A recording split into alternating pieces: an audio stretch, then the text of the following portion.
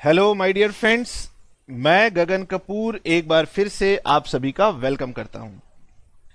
आज हम आपके साथ चैप्टर नंबर 2 स्टार्ट करने जा रहे हैं जिसका नाम है रेजिडेंशियल स्टेटस। और हमारे एग्जाम में डेफिनेटली यहां से क्वेश्चन आता है, तो टेक्निकली आपके सिलेबस का ये पहला स्पेसिफिक चैप्टर हो गया। इससे पहले आपने इंट्रोडक्शन पढ़ा था जिसमें सब कुछ हमने जनरल बातें आपके साथ की थी। तो आइए और हम चलते हैं आपके साथ चैप्टर नंबर 2 की तरफ। पहले तो मैं आपको यह बता दूं कि हम जो करंट प्रीवियस ईयर 2020-21 है उसमें इसमें अमेंडमेंट है, तो हम अमेंडमेंट को कवर करेंगे। ठीक है, लेटेस्ट रहेगा ये।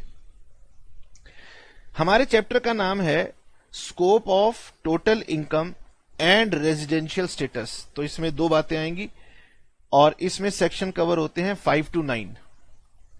इनकम टैक्स में थोड़ा सेक्शन के रेफरेंस से ना हमें चीजें याद करने में थोड़ी आसानी हो जाती है। तो sir, scope of total income का रेजिडेंशियल स्टेटस के साथ में क्या रिलेशनशिप है?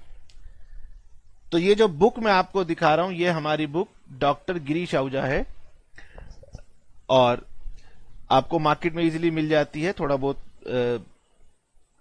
कुछ मतलब एडिशन में हल्का सा फर्क रहता है, बट ऑलमोस्ट ये सिमिलर ही होती हैं इनकी।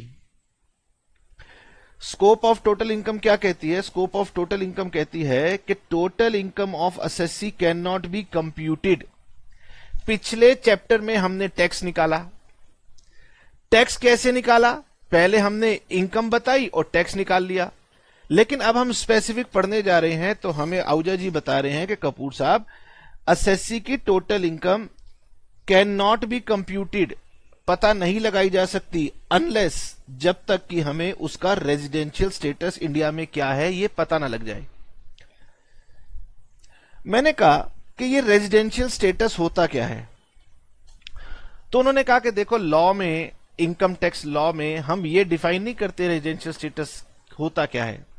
वो कह रहे कपूर साहब, हमारी इंडिया में जिस इनकम पे टैक्स देना होगा वो इनकम हम सिटीजनशिप से डिसाइड नहीं करेंगे, वो हम रेजिडेंशियल स्टेटस से डिसाइड करेंगे।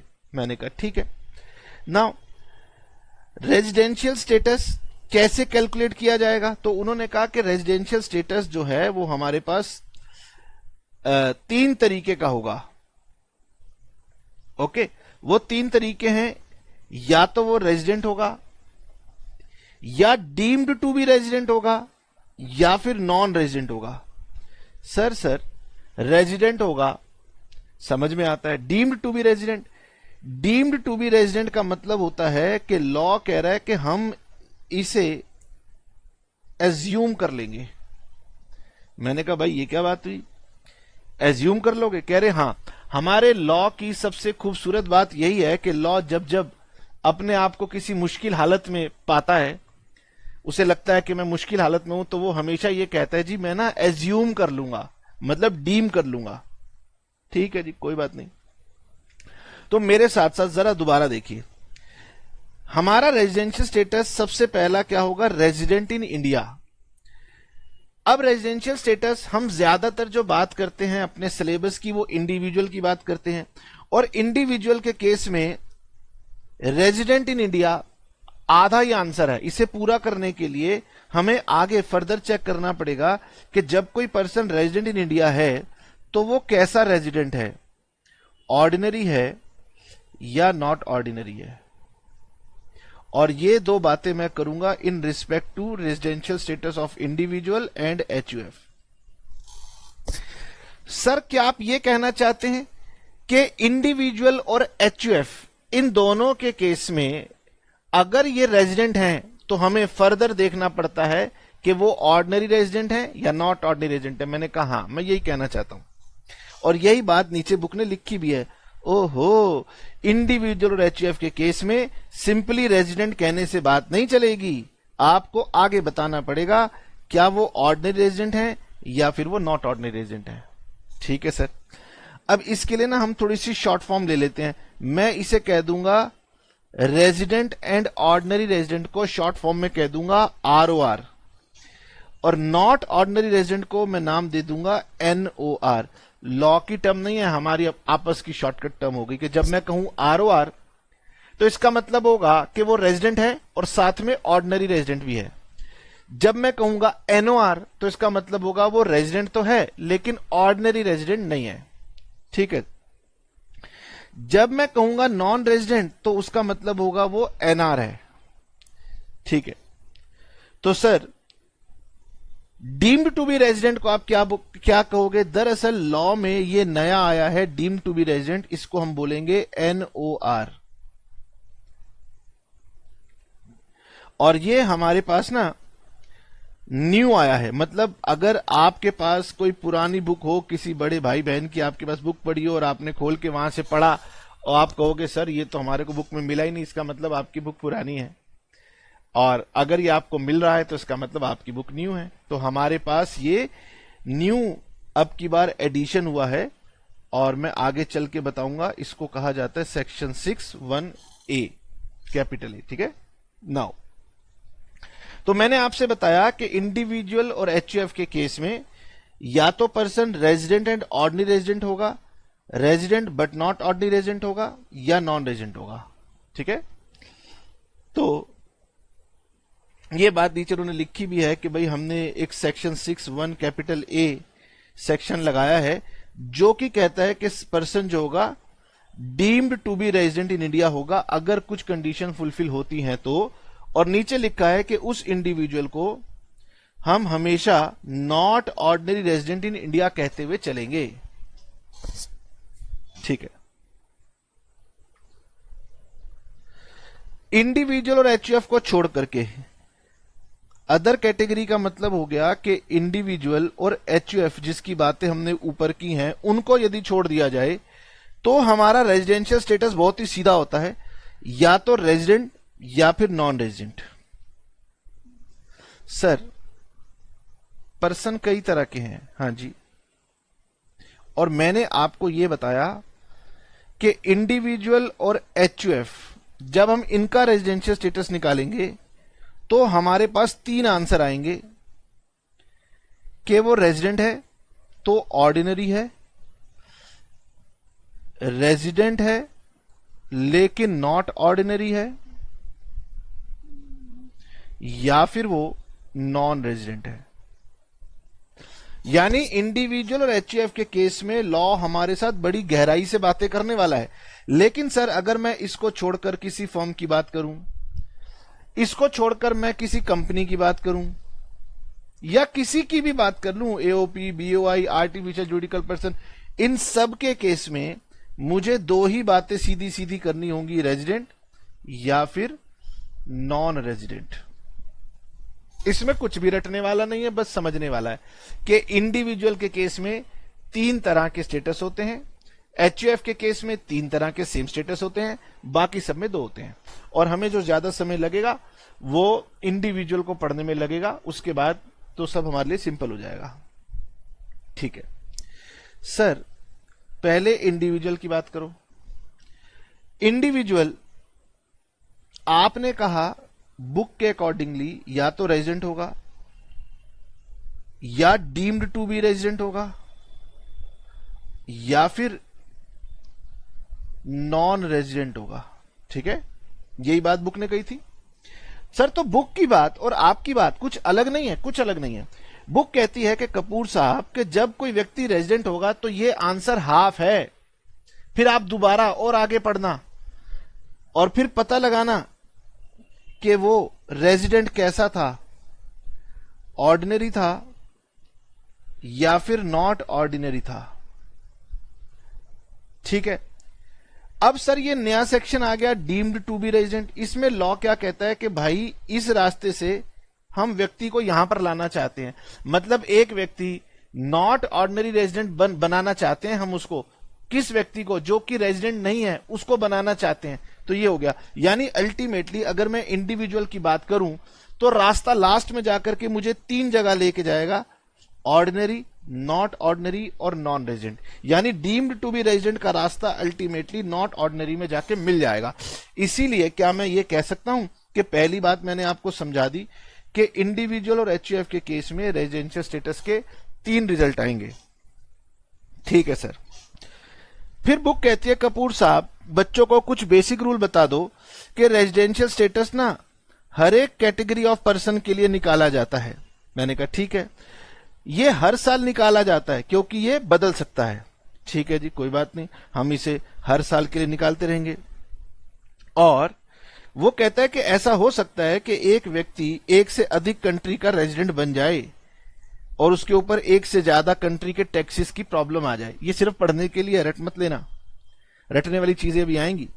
और फिर वो कहते हैं कपूर साहब ये तो बच्चों को बता दिया ना कि सिटीजनशिप और रेजिडेंशियल स्टेटस दो अलग अलग कंसेप्ट हैं। आप इंडिया के सिटीजन हैं ये बात अलग है, लेकिन आप जब टैक्स देंगे तो वो रेजिडेंशियल स्टेटस के हिसाब से देंगे, इसलिए कंफ्यूज मत करना। हमने कहा चलो ठीक है, कोई बात नहीं। ये तो हुई बेसिक बातें। तो बेसिक बातों के बाद अब हम वापिस आते हैं। सबसे पहले बुक कह रही है कपूर साहब पहले तो हम इंडिविजुअल की बात कर लेते हैं। मैंने कहा चलो जी पहले इंडिविजुअल की बात करते हैं। पर्सन में हमारे पास 7 कैटेगरी के पर्सन हैं और अभी अभी मैंने आपको ऊपर पढ़वा दिया कि भाई हर एक कैटेगरी ऑफ पर्सन के लिए आपको रेजिडेंशियल स्टेटस फाइंड आउट करना है। तो इंडिविजुअल की बात पहले करते हैं, ठीक है। तो बुक ने कहा फिर से याद दिलाता हूं वही बात, या तो पर्सन क्या होगा, रेजिडेंट होगा। मैंने कहा सर अभी अभी हमने पढ़ा है कि रेजिडेंट फाइनल आंसर नहीं है, फाइनल आंसर है इसका फर्दर क्लैरिफिकेशन इनटू ऑर्डिनरी या नॉट ऑर्डिनरी। तो ऑर्डिनरी को हम ROR लिख दिया करेंगे, नॉट ऑर्डिनरी, ठीक है। डीम्ड टू बी रेजिडेंट जो होता है ये एक तरीका है जिससे लॉ सीधे सीधे नॉट ऑर्डिनरी बनाना चाहता है। और तीसरा है नॉन रेजिडेंट, ठीक है।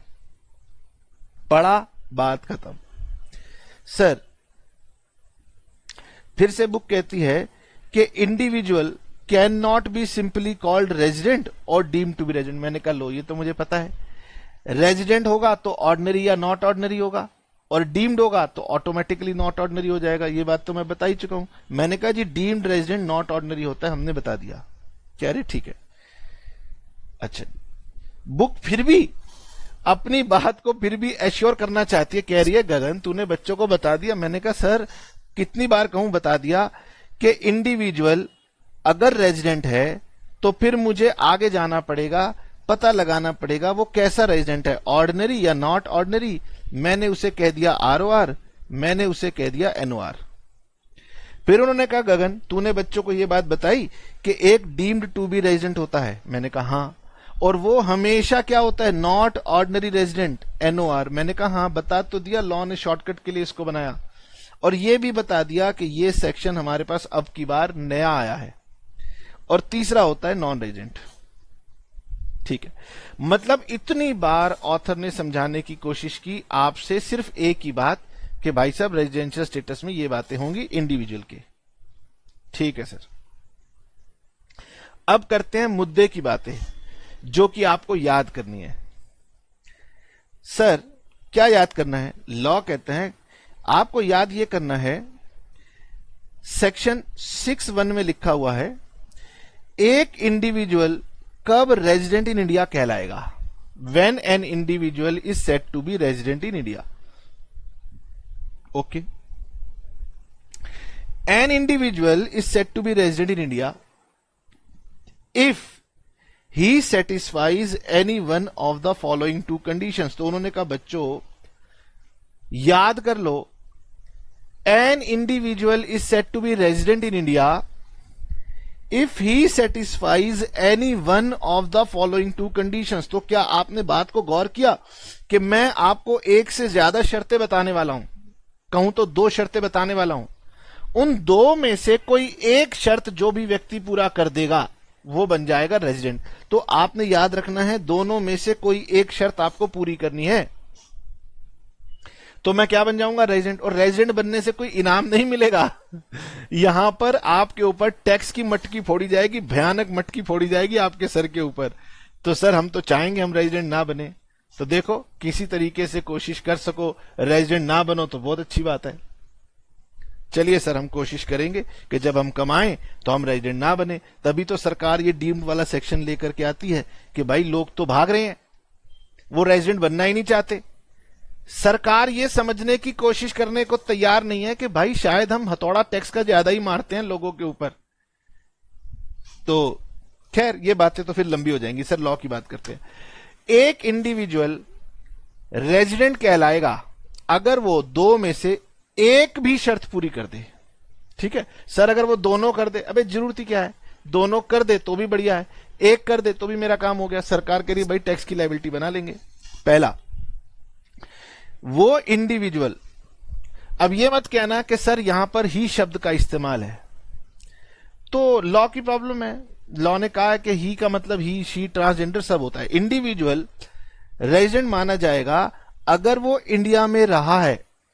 ही इज इन इंडिया मतलब वो इंडिया के अंदर प्रेजेंट था, वो इंडिया के अंदर स्टे कर रहा था फॉर अ पीरियड और पीरियड्स 182 डेज और मोर during the relevant previous year. जिस प्रीवियस ईयर में आप उसका रेजिडेंशियल स्टेटस निकालना चाहते हैं, क्या उस प्रीवियस ईयर में वो इंडिविजुअल इंडिया में 182 डेज या उससे ज्यादा रहा है तो वो बन जाएगा रेजिडेंट। और मेरा रेलिवेंट प्रीवियस ईयर चल रहा है 2021। अगर आपका कोई और हो तो आप अपना प्रीवियस ईयर यहां डाल लेना। ठीक है, मेरा रेलिवेंट प्रीवियस ईयर 2021। सर इसका मतलब ये जो ईयर खत्म हुआ था 1/4/20 से लेकर 31 मार्च 21, इस पीरियड में अगर मैं अपना रेजिडेंशियल स्टेटस निकालना चाहूं तो मुझे पूछना पड़ेगा अपने आप से, गगन ये बता इस साल तू इंडिया में कितने दिन के लिए था। तो मैंने कहा यार क्या मैं विदेश गया था? तो मेरे अंदर से आवाज आती है, तू गरीब आदमी कभी विदेश गया है क्या? मैं कहा नहीं। तो फिर तो 365 दिन यहां था। इसका मतलब 182 दिन या उससे ज्यादा रहा तो रेजिडेंट बन गया। तो मैं तो रेजिडेंट बन गया। क्या मुझे दूसरी कंडीशन चेक करनी है? कहते कि भाई एक पूरी हो गई तो तू रेजिडेंट बन गया। ओहो, लेकिन तुम तो गधे हो, यहीं बैठे रहते हो। उनके बारे में सोचो जो कभी यहां और कभी वहां। अरे पूरे लॉकडाउन में देखो, बॉलीवुड की हीरोइन विदेश में जा जाके फोटो में डाल रही थी कि वो वहां पर उधर बीच में घूम रही हैं, उधर बीच में घूम रही हैं, फोटो डाल रही हैं, सुंदर सुंदर पोज दे रही हैं। और लोग क्रिटिसाइज कर रहे थे कि भाई लॉकडाउन में लोग बेचारे घरों में फंसे हुए हैं और ये अपनी एंजॉयमेंट की फोटोज डाल रही हैं, ये तो बड़ी दर्दनाक बातें हैं। सभी के अपने अपने कमेंट्स हैं। तो सर आप क्या कहना चाहते हैं? मैं ये कहना चाहता हूं कि कुछ लोग ऐसे होते हैं जो कभी इंडिया में हैं और कभी विदेश में। तो ऐसे लोगों का रेजिडेंशियल स्टेटस के लिए क्वेश्चन आपको बताएगा वो कितने दिन इंडिया में थे, कितने दिन बाहर थे, और आपको सिंपल सा मैथमेटिक्स करना है, दिनों का टोटल करना है और बता देना है कि हाँ कंडीशन नंबर 1 पूरी हुई या नहीं हुई, बात खत्म। सर क्वेश्चन दिखाओ तब मानेंगे। मैंने कहा अच्छा चलो क्वेश्चन पे चलते हैं, और मैं चलता हूं आपके साथ एक सिंपल से पहले क्वेश्चन के ऊपर, जिससे मैं आपको ये वाली बात क्लियर कर सकूं।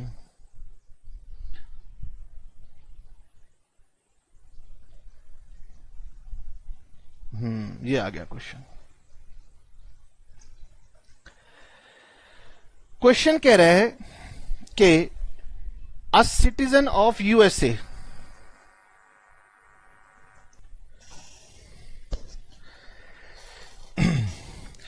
citizen of USA has been staying in India since 1991. He leaves India, Bharat छोड़ के जाता है on 16/7/2020, यानी 16 जुलाई 2020 को वो इंडिया से चला गया। तो ऐसे में ना मैं आपसे कहूंगा कि आप इस तरीके से वो बना लें डायग्राम। वो इंडिया से गया 16 जुलाई 2020 को और वापस रिटर्न आया 4 जनवरी 21 को। यानी यहां पर वो इंडिया में था और इससे पहले वो इंडिया में था, और मुझे प्रीवियस ईयर 2021 के बारे में कैलकुलेट करना है। यानी कि मुझे यहां से लेकर यहां तक और यहां से लेकर यहां तक का पीरियड निकालना है। ओके, तो अप्रैल 20 इंडिया में था 30 डेज, मई 20 इंडिया में था 31 डेज, जून 20 30 डेज, बताइए जी, जुलाई में वो कितने दिन इंडिया में था? सर जुलाई में वो 16 जुलाई को चला गया, यानी 15 दिन तो वो पूरा इंडिया में था, 16 को वो आधा दिन था फिर चला गया। तो लॉ कहता है कि देखो, अगर मैंने आपको ये नहीं बताया 16 को वो कितने बजे गया, टाइम नहीं बता रहा, तो आप जिस दिन वो इंडिया से जा रहा है उसको भी पूरा काउंट करोगे, और जिस दिन वो इंडिया में वापस आएगा उसको भी पूरा काउंट करोगे। क्या कहा मैंने, दोबारा सुन लीजिए अगर ध्यान नहीं था। लॉ कहता है कपूर साहब, अगर मैं आपको एग्जैक्ट टाइम नहीं बताता कि वो कब गया और कब आया, तो जिस दिन वो इंडिया से बाहर गया वो भी काउंट करना, जिस दिन इंडिया में आया वो दिन भी काउंट कर लेना। तो यहां पर मुझे टाइम एग्जैक्टली नहीं दिया, मैं काउंट कर लूंगा, यानी जुलाई के 16 दिन तक वो इंडिया में था। उसके बाद सर अगस्त, सितंबर, अक्टूबर, नवंबर, दिसंबर, फिर जनवरी। अब आ जाता हूं जनवरी 21 में। सर जनवरी में थे 31 डेज, और इस 31 में से वो फर्स्ट को इंडिया में नहीं था, सेकंड को इंडिया में नहीं था, थर्ड को इंडिया में नहीं था, फोर्थ को वो इंडिया में आया, भले कुछ देर के लिए ही वो इंडिया में आया हो। लॉ ने कहा था कि अगर मैं टाइम ना बताऊं तो कपूर साहब पूरा का पूरा दिन काउंट करना, यानी फोर्थ को मैं स्टे काउंट करूंगा इंडिया में।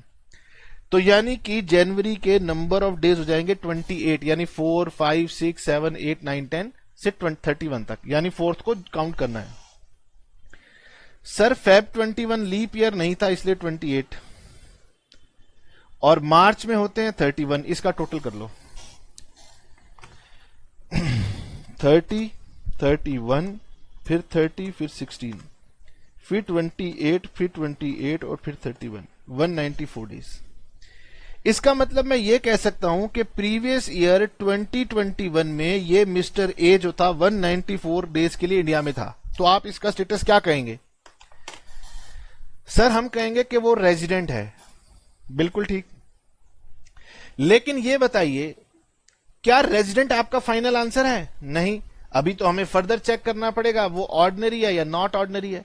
लेकिन वो तो मैंने अभी आपको पढ़ाया नहीं, तो जितना पढ़ाया है उतनी बात समझ में आ गई कि ठीक है सर, हमें दिन काउंट करने हैं और जिस दिन जाएगा, जिस दिन आएगा उसे काउंट कर लेना है। लो ये देखो, अब बुक के पास तो बहुत समय होता है ना, समय की कोई पाबंदी तो होती नहीं, इसलिए बुक बहुत आराम आराम से बिल्कुल प्रेजेंटेशन बनाते हुए काम करती है। लेकिन एग्जाम में प्रॉब्लम आती है, इतना लंबा हम कैलकुलेशन करें दिखाएं, तो ऐसा नहीं है कि आपको ऐसा आंसर दिखाना है।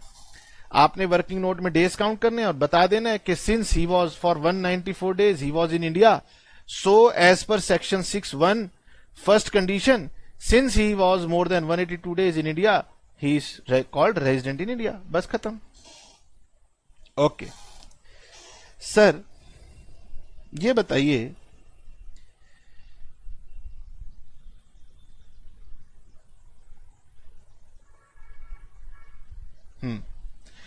सर ये बताइए, एक पर्सन कब इंडिया में रेजिडेंट होता है? मैंने कहा लो यार, फिर पूछ रहे हो वही बात। हाँ सर नहीं बताइए। मैंने कहा जब वो कोई एक कंडीशन पूरी कर दे, और एक कंडीशन थी कि क्या वो रेलिवेंट प्रीवियस ईयर के अंदर 182 डेज था। हाँ सर था, अभी हमने देखा, समझ लिया, तो बात खत्म हो गई। मुझे ये बताइए, क्या मैं दूसरी कंडीशन को भी चेक करूंगा? तो सर इस केस में तो नहीं करूंगा, किसी और केस में करना पड़ सकता है, इसलिए दूसरी भी बता दो। चलिए, मैं आपको बस ये बताना चाहता था, ये कंडीशन नंबर 1 बहुत इजी होती है। क्यों? क्योंकि भाई एक ईयर के अंदर ही आपने दिन काउंट करने और हो गया। कंडीशन नंबर 2 आपसे 5 सालों की कैलकुलेशन करवाने वाली है, इसलिए सतर्क हो जाइए, 5 सालों की कैलकुलेशन होगी। पढ़िए जी क्या लिखा है। कंडीशन नंबर 2 कहती है कि he is in India for 60 days और मोर, यानी वो भारत में 60 डेज या उससे अधिक था during the relevant previous year, यानी कि वर्ष 20 और 21 में वो 60 दिन रहा था या 60 से ज्यादा रहा था। अगर वो 182 डेज या उससे ज्यादा था तो पहली कंडीशन पूरी हो गई। मैं दूसरी कंडीशन में तभी हूं जब वो 182 डेज से कम है। ठीक है, तो 182 डेज से कम है, तो लॉ कहता है कि भाई दूसरी कंडीशन में हम ये चेक करेंगे क्या वो रेलिवेंट प्रीवियस ईयर में 60 डेज या उससे ज्यादा था। मैंने कहा हाँ। अगर था तो साथ में वो कहते हैं कपूर साहब साथ में अब आप क्या करना, ये चेक करना कि क्या वो इंडिया में 365 दिन या उससे ज्यादा पीरियड के लिए था। अब ध्यान से सुनना, वो पीरियड कौन सा है, ड्यूरिंग 4 प्रीवियस ईयर्स, और वो 4 प्रीवियस ईयर होंगे immediately preceding your previous year 2021, यानी 2021 से पीछे के 4 सालों में चेक करना। इसका मतलब सर 19-20, 18-19, 17-18 और 16-17, यानी इन 4 सालों में 365 दिन और 2021 में मोर देन 60 डेज। अगर ये दोनों बातें पूरी हो जाएं तब हम कहेंगे कि वो क्लॉज बी के अंदर रेजिडेंट है। सर वैसे तो बात क्लियर है, लेकिन फिर भी मेरे एक सवाल का आंसर दो। मैंने कहा बोलो। एक पर्सन इंडिया में मान लो 80 डेज तक था रेलिवेंट प्रीवियस ईयर में। मैंने कहा ठीक है, लेकिन पीछे के 4 सालों में वो केवल 240 दिन था, मतलब 365 नहीं था। तो फिर सर ये कंडीशन पिट गई क्या? हां, बी कंडीशन में रेलिवेंट प्रीवियस ईयर प्लस पीछे के 4 प्रीवियस ईयर और सबको मिला करके देखना है। अगर वो पूरी की पूरी कंडीशन सेटिस्फाई हो रही है तो ही बी कंडीशन सेटिस्फाई हो रही है, नहीं तो पिट गई। और पिट गई तो मतलब कि वो कंडीशन फुलफिल नहीं हुई, तो वो क्या बन जाएगा, वो बन जाएगा नॉन रेजिडेंट। ठीक है, यानी सर ये कंडीशन भी कोई बड़ी डिफिकल्ट कंडीशन नहीं है, बस इसके अंदर कैलकुलेशन थोड़ी ज्यादा हो जाएंगी, बस और कुछ नहीं। नाउ सर एक इंडिविजुअल अगर एक भी कंडीशन सेटिस्फाई कर दे, मतलब ये वाली कंडीशन सेटिस्फाई कर दे, रेजिडेंट हो गया। ये वाली नहीं करता, ये वाली कर दे, रेजिडेंट हो गया। लेकिन सर अगर वो ना तो ये वाली कंडीशन सेटिस्फाई करे और ना ये वाली कंडीशन सेटिस्फाई करे तो हम उसे क्या कहेंगे, हम उसे कहेंगे नॉन रेजिडेंट। तो नॉन रेजिडेंट वो इंडिविजुअल है जो ना तो 6(1) की पहली और दूसरी दोनों ही कंडीशन सेटिस्फाई नहीं करता हो, वो क्या है, नॉन रेजिडेंट है। सर अगर वो एक कंडीशन सेटिस्फाई करता हो तो वो रेजिडेंट है। सर अगर वो दोनों कंडीशन सेटिस्फाई करे तो रेजिडेंट है ही है, लेकिन हम 2 कंडीशन चेक ही क्यों करेंगे जब मेरा काम एक ही से चल जाएगा। अगर मैं ये कहता हूं पहली कंडीशन वो सेटिस्फाई कर रहा है तो रेजिडेंट बन गया, दूसरी चेक ही नहीं करूंगा। और अगर मैं ये कह रहा हूं कि भाई पहली कंडीशन फुलफिल नहीं थी तब दूसरी चेक कर रहा हूं तो रेजिडेंट है। लेकिन एक बच्चा कहता है कि सर हम तो भगवान राम से प्रेरित हैं, हम तो ज्यादा काम करते हैं, हमने तो ये भी चेक की और ये भी चेक करी और दोनों ओके हो गई, तो भी रेजिडेंट है। ठीक है सर, समझ गए। तो बेटे अभी तक जो हमने सीखा है बहुत ही सिंपल हमने सीखा है कि सर अगर इंडिविजुअल का रेजिडेंशियल स्टेटस पता करना हो तो सेक्शन 6(1) 2 कंडीशन लगाता है। पहला 182 डेज या more in the relevant previous year, या फिर वो दूसरी कंडीशन लगाता है 60 डेज और मोर। ऑब्वियसली यहां पर लेस देन 182 डेज हो जाएगा इन the relevant previous year plus 365 days in last 4 years immediately preceding your relevant previous year. तो 2 शर्तें हैं। अब यहां पर याद समझने वाली बात क्या है, लॉ ये कहता है कपूर साहब हम आपको ना 2 वो बता रहे हैं एक्सेप्शंस, जहां पर इन 2 एक्सेप्शंस के अंदर हम सेकंड वाली कंडीशन को अप्लाई नहीं करेंगे। क्या कहा मैंने, यानी कि जो मैं एक्सेप्शंस आपको बताने जा रहा हूं उसमें सेकंड कंडीशन अप्लाई नहीं होगी, सिर्फ पहली कंडीशन से ही वो रेजिडेंट बन सकते हैं। क्या है वो? सर एक काम कीजिए, पहले इसका भी एक छोटा सा क्वेश्चन करवा दीजिए। मैंने कहा चलो मैं इसका भी एक छोटा सा क्वेश्चन करवा देता हूं आपको।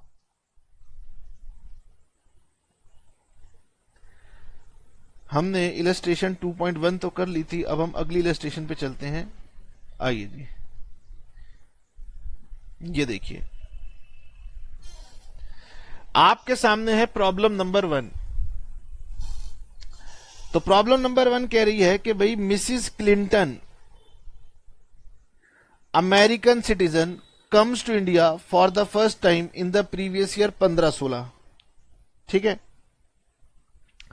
15-16 में ये आई थी तो 120 डेज के लिए आई थी। ड्यूरिंग 16-17, 17-18, 18-19, 19-20 इन 4 सालों में और हमारे करंट प्रीवियस ईयर में वो इंडिया में रही हैं 150, 100, 120, 190 और 94 डेज रिस्पेक्टिवली। इसका मतलब ये हो गया कि अगर मैं प्रॉब्लम की बात करूं,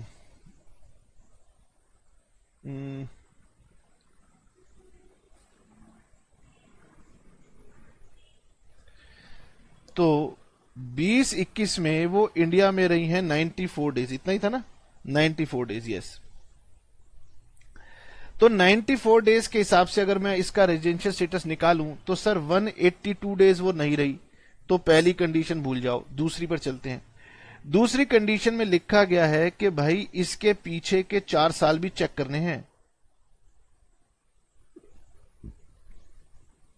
ठीक है, और एक हमें बोनस में 15-16 उन्होंने एक्स्ट्रा दे दिया, हमें नहीं चाहिए था। तो उन्होंने कहा कि भाई 15-16 में रहे हैं 120 दिन और उसके बाद 16-17, 17-18, 18-19, 19-20 150, 100, 120 और 190। इसका मतलब यहां पर रहे हैं 150, यहां रहे हैं 100, यहां रहे हैं 120 और यहां रहे हैं 190। यही था ना, 100, 120, यही थे। नाउ तो सर प्रीवियस ईयर में मोर देन 60 डेज, ठीक है, और पीछे के 4 सालों में मोर देन 365 डेज। तो ये हो गया 190 प्लस 120 प्लस 100 प्लस 150, ये हो गया सर 560। यानी ये भी कंडीशन पूरी हो गई। 365 डेज से ज्यादा ये रहा है और 60 डेज से ज्यादा यहां पर मिसेस क्लिंटन रही हैं, तो इसका मतलब ये 6-1 की सेकंड वाली कंडीशन को फुलफिल कर रही है। तो हमने इसका भी एक छोटा सा क्वेश्चन देखा। अब यहां से रिजल्ट ये निकल के आया कि मिसिस क्लिंटन रेजिडेंट है, पर अभी आंसर पूरा नहीं आया, तो रेजिडेंट के बाद आगे देखना पड़ेगा कि वो ऑर्डिनरी रेजिडेंट है या नहीं है। इसके लिए सेक्शन 6(6) पढ़ना पड़ेगा, लेकिन पहले मैं अपना 6(1) तो कंप्लीट कर लूं, फिर मैं 6(6) पे जाऊंगा। तो 6(1) के अंदर अभी कुछ बाकी है, पिक्चर अभी बाकी है मेरे दोस्त।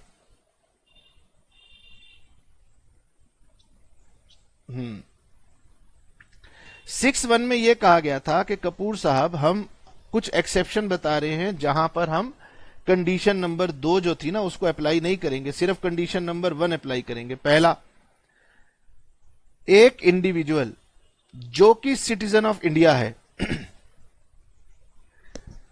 यानी कि सिटीजन ऑफ इंडिया को ही यह राहत दी गई है कि तू 182 डेज पर ही रेजिडेंट बनेगा। ठीक है, तो कैसा सिटीजन है?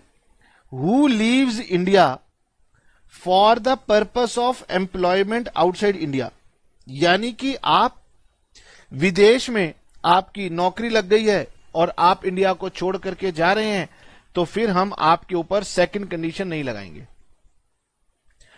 सर मुझे तो विदेशों में घूमने का शौक है, मेरे पिताजी के पास बहुत पैसे हैं, मैं तो बस घूमता रहता हूं, कभी यहां कभी वहां कभी वहां कभी वहां घूमता रहता हूं। मैं इंडिया का सिटीजन हूं, विदेशों में घूमता रहा, सर मेरा स्टेटस क्या, दोनों कंडीशन चेक करोगे या एक 182 करोगे? भाई दोनों करूंगा। सर यहां तो एक्सेप्शन कही गई थी, अरे वो उनके लिए थी जो एम्प्लॉयमेंट के लिए बाहर जा रहे हैं। भारत सरकार कहती है भैया किसी की नौकरी बाहर लगेगी, बाहर जाएगा, विदेशों में डॉलर कमाएगा, हिंदुस्तान में लाएगा, तो उसे एक्सेप्शन देंगे। तू तो उल्टा भारत के पैसों से डॉलर खरीदेगा और विदेशों में जा जाके खर्च करेगा, तेरे को तो पिटाई होनी चाहिए। चलो सर, पहली कंडीशन यह है कि इंडिविजुअल सिटीजन ऑफ इंडिया हो, भारत छोड़ के जा रहा हो एम्प्लॉयमेंट के लिए, तो कंडीशन नंबर 2 नहीं लगेगी। ठीक है, और इसके साथ साथ उन्होंने कहा कि अगर कोई सिटीजन ऑफ इंडिया हो जो भारत छोड़ के जा रहा है as a member of crew of an Indian ship, आप किसी इंडियन शिप के क्रू मेंबर हैं, तो इंडियन शिप के क्रू मेंबर अगर आप सिटीजन ऑफ इंडिया हैं तो भी हम आपके ऊपर सेकंड वाली कंडीशन नहीं लगाएंगे। समझिए, यहां पर हमने ये वाली कंडीशन हटा दी। किसके लिए? सिटीजन ऑफ इंडिया के लिए। किस सिटीजन ऑफ इंडिया के लिए? एक तो वो सिटीजन जो कि एम्प्लॉयमेंट के लिए बाहर जा रहा है, दूसरा वो सिटीजन जो क्रू मेंबर है ऑफ इंडियन शिप। इन दोनों के ऊपर दरअसल हमने ये जो 60 डेज है ये बढ़ा के 182 डेज कर दिया। तो जब 182 डेज कर दिया तो फिर तो वो पहली कंडीशन फुलफिल करेगा तो रेजिडेंट बन जाएगा। दूसरी कंडीशन में तो प्रीवियस ईयर में 182 प्लस पीछे के 4 साल और चेक करने पड़ रहे हैं। ये दोनों कंडीशन सिमिलर हो गई। नेट इफेक्ट ये हो गया, आप इसको ऐसे समझ सकते हैं, लॉ में लिखा है कि एक्सेप्शन के केस में 60 दिन बदल के 182 डेज करने पड़ेंगे। और जब ये 182 डेज हो गए तो फिर इसमें और इसमें फर्क ही क्या रह गया? तो ये सेम ही हो गई ना। तो इसलिए हम इसको ऐसे पढ़ के चलते हैं कि एक्सेप्शन पर मेरी दूसरी कंडीशन बेकार हो गई। ठीक है सर। ये भी बात हमने समझ ली कि इंडिविजुअल जो कि सिटीजन ऑफ इंडिया हो वो या तो एम्प्लॉयमेंट के लिए बाहर जा रहा हो या crew member of Indian ship हो तो जा रहा हो। नाउ अब इसकी बी कंडीशन पे आते हैं। ये कंडीशन वो है जहां पर लॉ ने चेंज कर दिया। तो लॉ ने कहा कि अगर आप सिटीजन ऑफ इंडिया हैं या फिर आप पर्सन ऑफ इंडियन ओरिजिन हैं, तो एक नई टर्म आपके पास आ गई sir, person of Indian origin. Citizen of India तो हम समझते हैं, तो मैं आपको बता देता हूं। लॉ कहता है कि देखिए, अब मेरे पास यहां पर स्पेस भी नहीं है, चलो ये भारत का नक्शा है, मैं कैसे बनाऊं, कुछ इस तरीके से है, ठीक है। और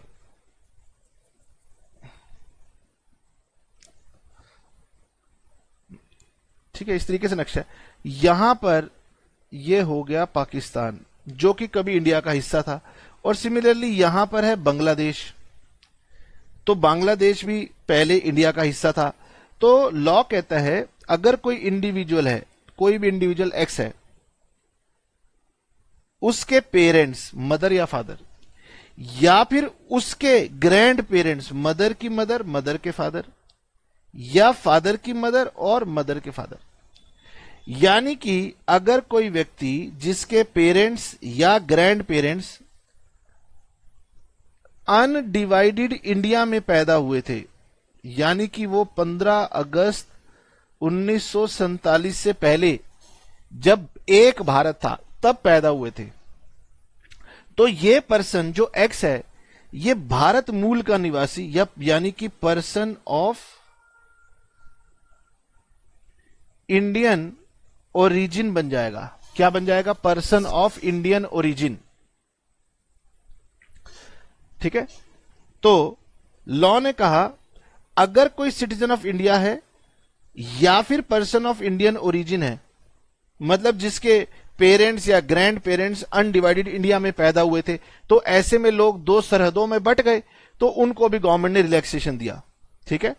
तो अब वो भारत से बाहर रहते हैं और वो comes on a visit to India. अगर वो भारत में कभी विजिट करने के लिए आएंगे तो हम उनके ऊपर भी सेकंड वाली कंडीशन अप्लाई नहीं करेंगे।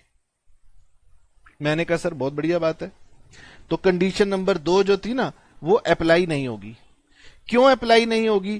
क्योंकि लॉ ने उसको कहा कि उसको 182 डेज वाली कंडीशन से ही सर वो बनाना। चलो ठीक है, छोड़ दो। अब क्या हुआ जी, यहां पर कुछ ऐसा हुआ कि गवर्नमेंट ने इसमें कुछ नई अमेंडमेंट ला दी, यानी कि सेक्शन 6(1) में नई अमेंडमेंट इंट्रोड्यूस की गई है। सेक्शन 6(1) में नई अमेंडमेंट इंट्रोड्यूस की गई है और इसी की वजह से अब ये पॉइंट थोड़ा सा कॉम्प्लिकेटेड हो गया। तो मैं आपको ये पढ़ के बताता हूं कि ये ऐसा क्या लिख दिया जिसकी वजह से यहां पर हलचल हो गई और ये बड़ा ही इंपॉर्टेंट टॉपिक बन गया। लॉ कहता है कि जो सिटीजन ऑफ इंडिया या पर्सन ऑफ इंडियन ओरिजिन है, उनके केस में हमने ये चेक करना है क्या उस पर्सन की टोटल इनकम, कौन सी total income, other than income from foreign sources exceeding 15 lakh रुपए during the previous year shall not be resident in India unless his stay in India is at least 120 days during the relevant previous year in which he visits India and 365 days during the 4 preceding previous years। Sir ये क्या कहना चाहता है, हमें बात ही समझ में नहीं आई। लीजिए, यहां पर एक तीसरी एक्सेप्शन थी, सिटीजन ऑफ इंडिया या पर्सन ऑफ इंडियन ओरिजिन। ऐसे लोग जब इंडिया में विजिट करने आएंगे, मतलब भारत के निवासी या भारत के नागरिक, भारत सिटीजन ऑफ इंडिया मतलब भारत के नागरिक मान लीजिए विदेश में सेटल हो गए, या कोई व्यक्ति जो पर्सन ऑफ इंडियन ओरिजिन हो, मतलब जिसके पेरेंट्स ग्रैंड पेरेंट्स इंडिया में, अनडिवाइडेड इंडिया में पैदा हुए थे, वो व्यक्ति अब विदेश में रहता है। कहां रहता है? विदेश में रहता है। और वो कभी कभी भारत में आता है। जब वो भारत में आता है तो फिर लॉ ने कहा कि भाई तेरे ऊपर भी हमने दूसरी कंडीशन हटा ली, यानी कि तू कब रेजिडेंट बनेगा? जब तू 182 डेज तक इंडिया में रहेगा। वो बड़ा खुश, बहुत ही खुश था वो। अब यहां पर लॉ ने चेंज कर दिया। अब मेरी बात ध्यान से सुनना, क्योंकि यही चेंज इंपॉर्टेंट है और यही चेंज आपको दुविधा में डालने वाला है। तो लॉ ने कहा कि ये जो लोग हैं ये क्या करते हैं,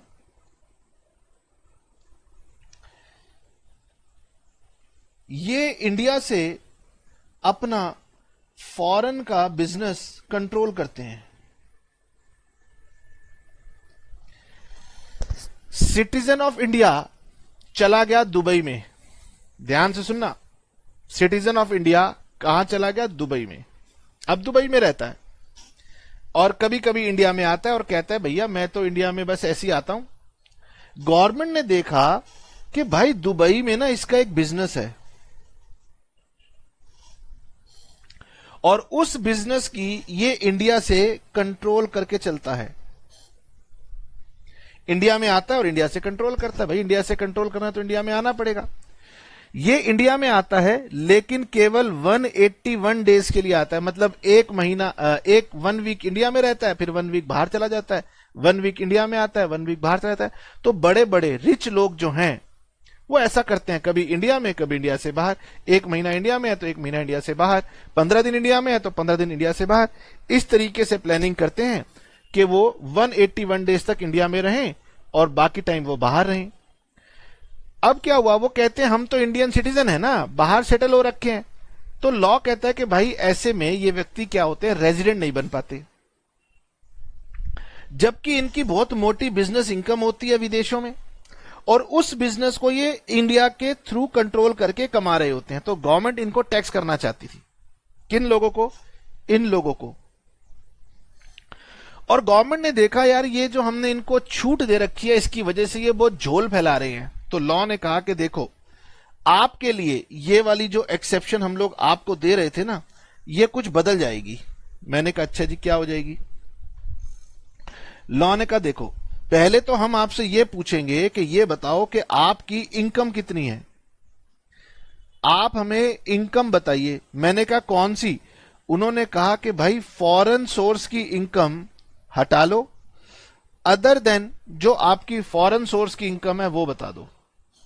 और गवर्नमेंट ने कहा ध्यान रखना जो तुम्हारा फॉरेन में बिजनेस है जिसे तुम इंडिया से कंट्रोल करते हो, तुम्हारी नजरों में ये फॉरेन इनकम है लेकिन हमारी नजरों में ये इनकम अदर इनकम है।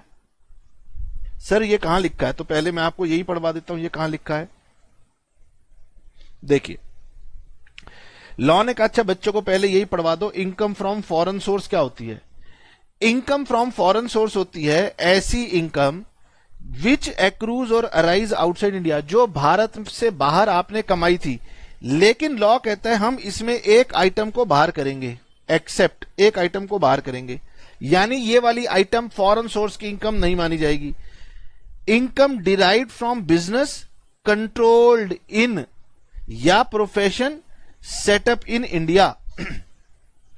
अगर आपकी कोई इनकम बिजनेस से जो कि इंडिया में कंट्रोल किया जा रहा हो, या प्रोफेशन जो इंडिया में सेटअप किया गया हो, उससे विदेश में इनकम हो रही है, तो उसे हम फॉरेन सोर्स की इनकम नहीं मानेंगे। तो मैंने यही बात कही कि अगर आपका फॉरेन में बिजनेस है जिसका कंट्रोल आप इंडिया से करते हो, उसे हम अदर इनकम में लेके चलेंगे।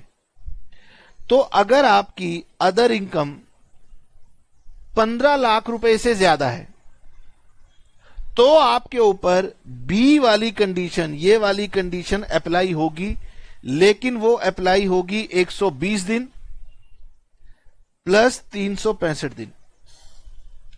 सर ओरिजिनली तो ये कंडीशन थी 60 प्लस 365 डेज, बिल्कुल। फिर गवर्नमेंट ने इसे सिटीजन ऑफ इंडिया और पर्सन ऑफ इंडियन ओरिजिन से हटा लिया था, बिल्कुल ठीक। फिर गवर्नमेंट ने कहा कि यदि आपकी फॉरेन सोर्स की छोड़ के अदर इनकम 15 लाख से ज्यादा है, तो आपके ऊपर ये एप्लीकेबल हो जाएगी 120 प्लस 365 डेज। ओ, तो सर ये तो बड़ा झोल हो गया।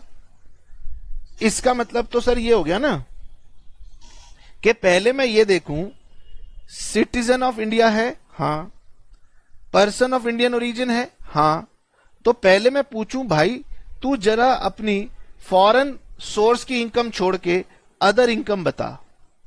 अब इसके दो आंसर आएंगे, या तो ये कहेगा मेरी इनकम 15 लाख रुपए तक की है, उससे ज्यादा नहीं है, या फिर ये कहेगा कि इसकी इनकम 15 लाख रुपए को एक्सीड कर रही है।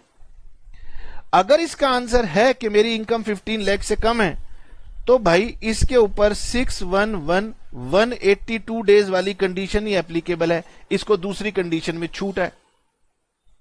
ओके। अगर ये कहता है कि मेरी इनकम 15 लाख रुपए से ज्यादा है, तो लॉ ने कहा भाई देख 6-1 और 1 कंडीशन 182 दिन की तो सभी के ऊपर लगती है, तेरे ऊपर भी लगेगी, हां, लेकिन जो बी कंडीशन है वो तेरे ऊपर तब लगेगी जब तू प्रीवियस ईयर में 120 डेज रहा हो। तो इसका मतलब है मैंने इससे पूछा कि तू इंडिया में कितने दिन था। अगर ये कहते हैं मैं इंडिया में केवल 119 डेज तक था, तो बच गया। अगर ये कहता है कि मैं 120 डेज से ज्यादा था और अप टू 181 डेज तक था, क्योंकि 182 पे तो पहली कंडीशन एक्टिव हो जाती है, तो लॉ ने कहा फिर सुन ले, अगर तू 119 डेज तक था तो तेरे ऊपर 612 कंडीशन नहीं लगी, तू बच गया। लेकिन अगर तू 120 डेज से ज्यादा था तो फिर तेरे ऊपर कंडीशन लगेगी 120 days in relevant previous year और 365 days in last 4 previous years. ये कंडीशन तेरे ऊपर चेक की जाएगी, यानी तेरे ऊपर सेकंड कंडीशन लग गई, लेकिन सेकंड कंडीशन में 60 की जगह 120 डेज करके लगाई जाएगी। देखिए यहां पर यह कहा गया कि भाई इसको हम 60 डेज की जगह 120 डेज पे चेक करेंगे। समझ में आया? ये न्यू अमेंडमेंट है, पहले नहीं थी, इसीलिए इसके ऊपर क्वेश्चन आने का चांस बनता है, समझ लीजिए।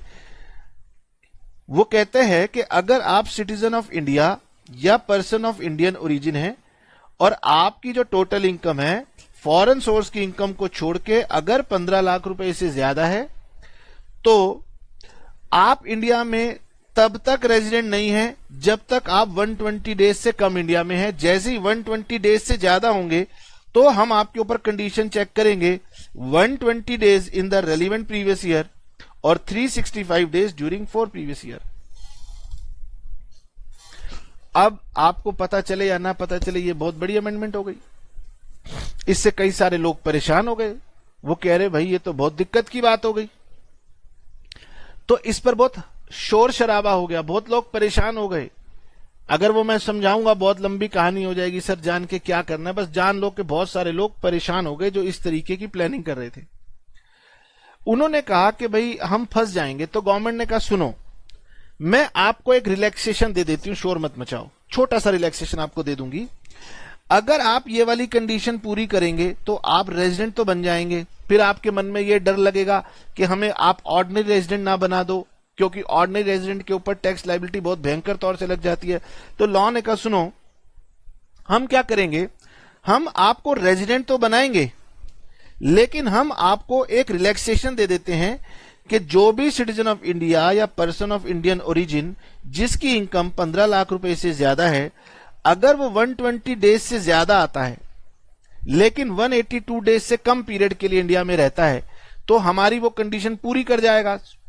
और अगर वो रेजिडेंट बन जाएगा तो हम उसे ये रिलैक्सेशन दे रहे हैं कि हम उसे हमेशा नॉट ऑर्डिनरी रेजिडेंट मान करके चलेंगे। क्या मान के चलेंगे? नॉट ऑर्डिनरी रेजिडेंट, वो बन जाएगा एनओआर। ठीक है सर, यानी कि अगर ये इस कंडीशन को फुलफिल कर जाता है तो ये बन जाएगा एनओआर। ठीक। 6(1) की न्यू अमेंडमेंट मैंने आपको पढ़ा दी, उसको बुक ने समझाने की कोशिश किया है कि अगर आपने बात समझी हो तो समझ लीजिए कि अगर आपकी इनकम 15 लाख से ज्यादा एक्सीड नहीं करती तो मजे करो, आपके ऊपर कंडीशन नंबर 1 एप्लीकेबल है 182 डेज वाली, तो आप 181 डेज तक इंडिया में मौज कर सकते हो क्योंकि आप इनकम की वजह से गड़बड़ नहीं कर रहे। लेकिन अगर आपकी इनकम 15 लाख रुपए से ज्यादा है तो पिछले साल तक ये लोग भी 181 डेज तक एंजॉयमेंट करते थे, लेकिन गवर्नमेंट ने अब इनके एंजॉयमेंट पर रोक लगा के कह दिया कि आपके लिए तो 119 डेज तक की लिमिट है, आपको हम 119 डेज तक कुछ नहीं कहेंगे, लेकिन 120 डेज हो गए तो हम आपको रेजिडेंट बना देंगे।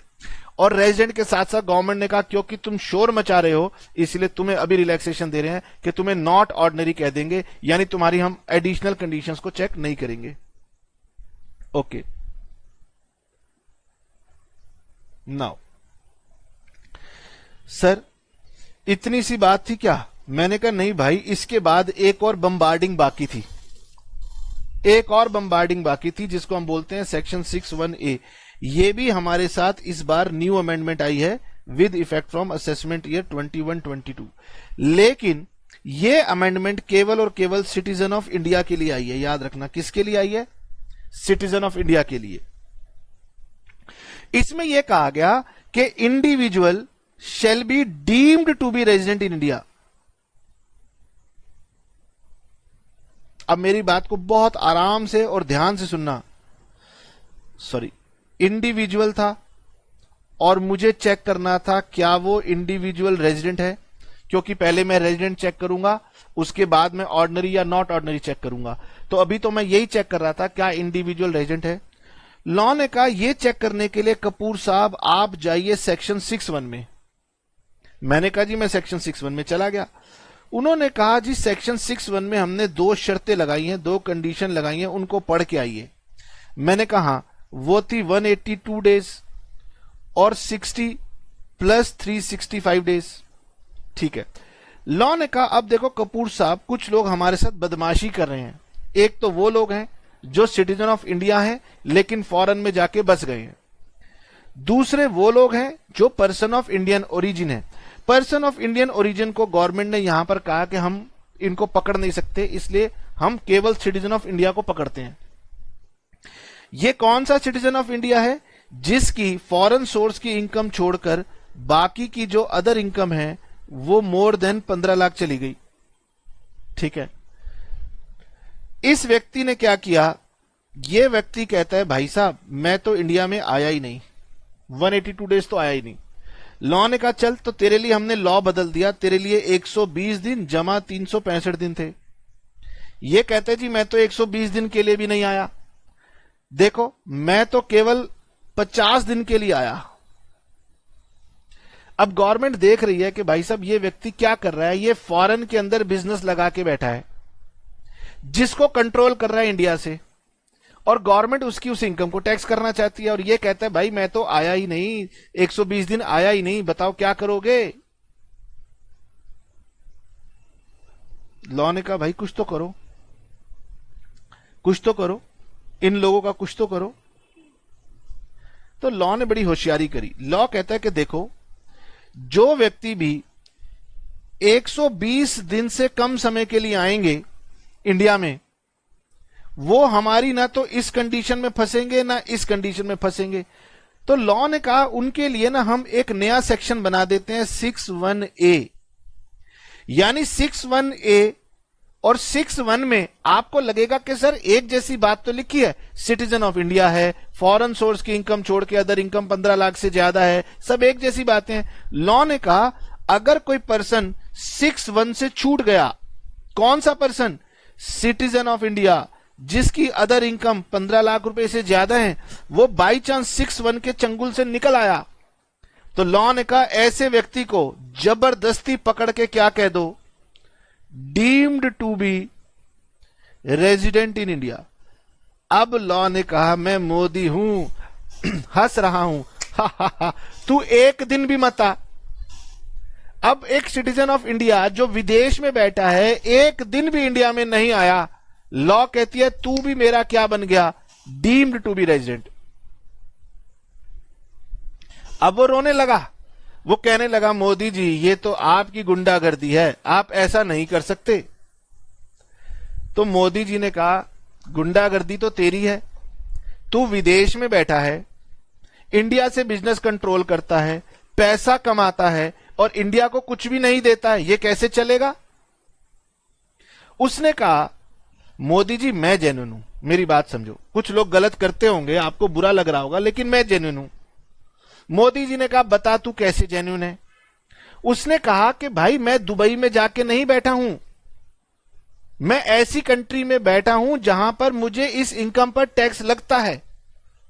आप ऐसे लोगों को ढूंढ रहे हो जो विदेशों में बैठे हैं, ना तो विदेशों में टैक्स देते हैं ना आपको टैक्स देते हैं, आप उनको ढूंढ रहे हो ना। मोदी जी ने कहा मैं उनको ढूंढ रहा हूं जो दुबई में जाके बैठ गए हो, सिंगापुर में जाके बैठ गए हो और वहां से अपना बिजनेस चला रहे हो, कंट्रोल इंडिया से कर रहे हो, ना इंडिया को टैक्स दे रहे हो ना उस कंट्री को टैक्स दे रहे हो, ठेंगा दिखा रहे हो।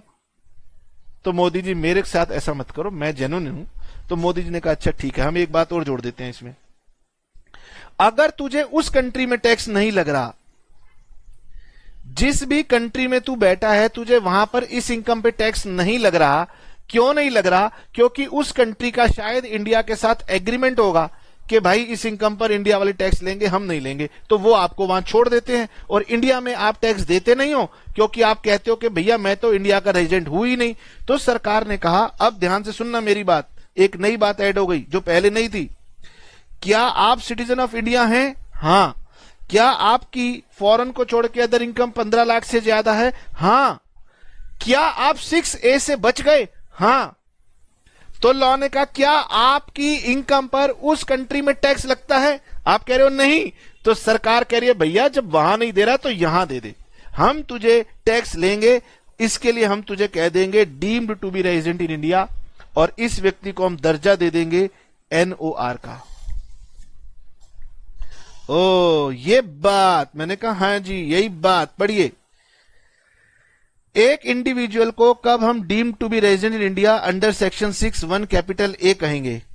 अगर वो सेटिस्फाई कर दे क्या, सॉरी, कि वो इंडिया का सिटीजन है। ठीक है, इसका मतलब sir person of Indian origin यहां पर नहीं है, उसकी total income other then foreign source की इनकम हटा के टोटल इनकम एक्सीड कर रही है 15 लाख से ज्यादा। तो लॉ ने ये लिमिट, कहां से लॉ लिमिट लाती है वो लॉ ही जाने, लेकिन उन्होंने एक 15 लाख की लिमिट लगा दी।